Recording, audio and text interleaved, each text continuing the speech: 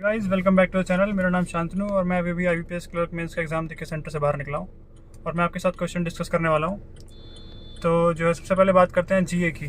जीए में जो है करंट अफेयर्स में जो सेक्शन आया था वो काफ़ी मतलब इजी आया था। वैसे तो हार्ड नहीं कहेंगे उसको, इजी टू मॉडरेट कहेंगे। उसमें एक भी क्वेश्चन वैसा सेंटेंस बेस्ड नहीं था जैसा काफ़ी टाइम से बता रहे थे सब लोग कि काफ़ी टफ आता है, काफ़ी डिफिकल्ट आता है। ये देखा जाए तो ईजी आ गया था।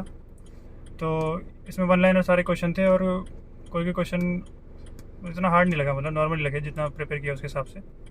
बाकी कन्फ्यूजन मेरे को काफ़ी क्वेश्चंस में हुई थी तो मैंने वो अटैम्प्ट नहीं किए। तो मेरे ओवरऑल इसमें अटैम्प्ट रहे 22 क्वेश्चन मैंने जीए में अटैम्प्ट करे। लेकिन इसका जो इजी सेक्शन था वो देखने के बाद मैं समझ गया था कि आगे जो है क्वेश्चन, आगे जो सेक्शन आने वाले हैं वो ईजी तो नहीं होने वाले हैं, मॉडरेट टू हार्ड ही होंगे।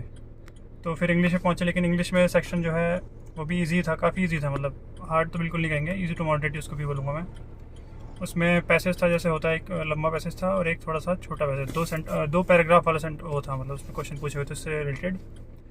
बाकी एरर कनेक्शन के थे, एरर करेक्शन के 5 क्वेश्चन थे और जो है एक पैराग्राफ दिया हुआ था उसमें वर्ड रिप्लेसमेंट वाले क्वेश्चन थे, कुछ क्वेश्चन वो थे।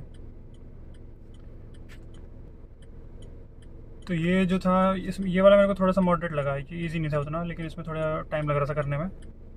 बाकी वर्ड रीअरेंजमेंट वाला था, उसमें सेंटेंस दिए हुए थे, छोटे छोटे सेंटेंस थे, उसमें 4-4 3-3 वर्ड्स दिए हुए थे, उसको रीअरेंज करके सेंटेंस को मीनिंगफुल सेंटेंस में कन्वर्ट करना था।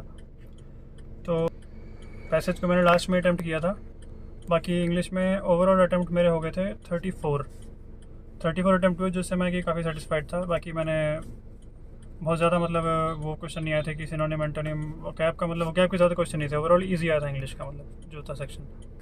उसके बाद जब हम रीजनिंग में पहुंचे, रीजनिंग वैसे मेरा देखा जाए तो स्ट्रॉन्ग पॉइंट है, स्ट्रॉन्ग आता है, लेकिन जो करने थे इस बार क्वेश्चन हो नहीं रहे थे इजीली, मतलब काफ़ी लेंदी और थोड़ा सा हार्ड मैं कहूँगा रीजनिंग लगा। 2 सेक्शन में आया था, एक सेक्शन ए था, उसमें 2 पजल दी हुई थी, 10 क्वेश्चन थे उसमें जो 2-2 नंबर के थे।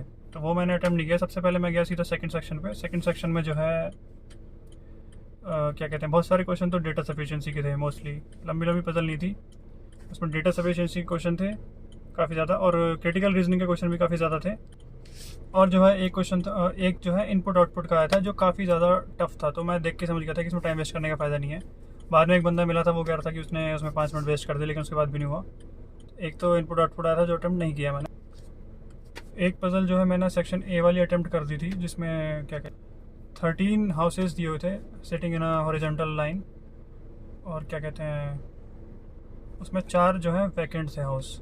तो वो वाली मैंने कर दी थी। मुझे थोड़ा सा लास्ट में कन्फ्यूजन था 1-2 क्वेश्चन में, लेकिन उसके बाद मैंने जो है सॉल्व कर दी थी, 5 क्वेश्चन कर दिए थे। तो ओवरऑल मेरे रीजनिंग में सेक्शन बी से 17 क्वेश्चन अटैम्प्ट हो गए थे और सेक्शन ए से 5 क्वेश्चन, तो 22 क्वेश्चन तो ये अटैम्प्ट हो गए थे मेरे रीजनिंग में। और उसके बाद क्वांट पे आते हैं। क्वांट भी मुझे थोड़ी सी टफ लगी, उसमें क्वेश्चन काफ़ी लेंदी थी, मतलब क्वांट जो इजीली हो नहीं रहे थे क्वेश्चन। उसमें डी आई थी 3 वेरिएबल वाली, एक तो डी आई थी, पाई चार्ट डी आई थी, और काफ़ी सारा उसमें डेटा दिया हुआ था, वो तो मैंने की नहीं, उसको छोड़ दिया था। उसके बाद एक केसलेट दी हुई थी, काफ़ी लेंदी थी वो भी। उसमें भी एक बंदा बता रहा था कि जो है टाइम वेस्ट हो गया, वो भी सॉल्व हुई नहीं। तो सही है, वो मैंने अटैम्प्ट करी नहीं। और उसके अलावा एक डी आई थी जो कि पाई चार्ट वाली डी आई थी, उसमें 4 ABCD करके दिए हुए थे और एक डेटा दिया हुआ था टोटल का, प्राइवेट और जो है government jobs area wise distribute किया हुआ था मतलब उनको। और टोटल देने के बाद एक टेबुलर डी आई थी उसमें, और टेबुलर वो डेटा दिया हुआ था उसमें जो है गवर्नमेंट जॉब्स का दिया हुआ था। 2 मिसिंग सेक्शन भी थे उसमें, तो उन दोनों को जो इसमें से डेटा निकालना था।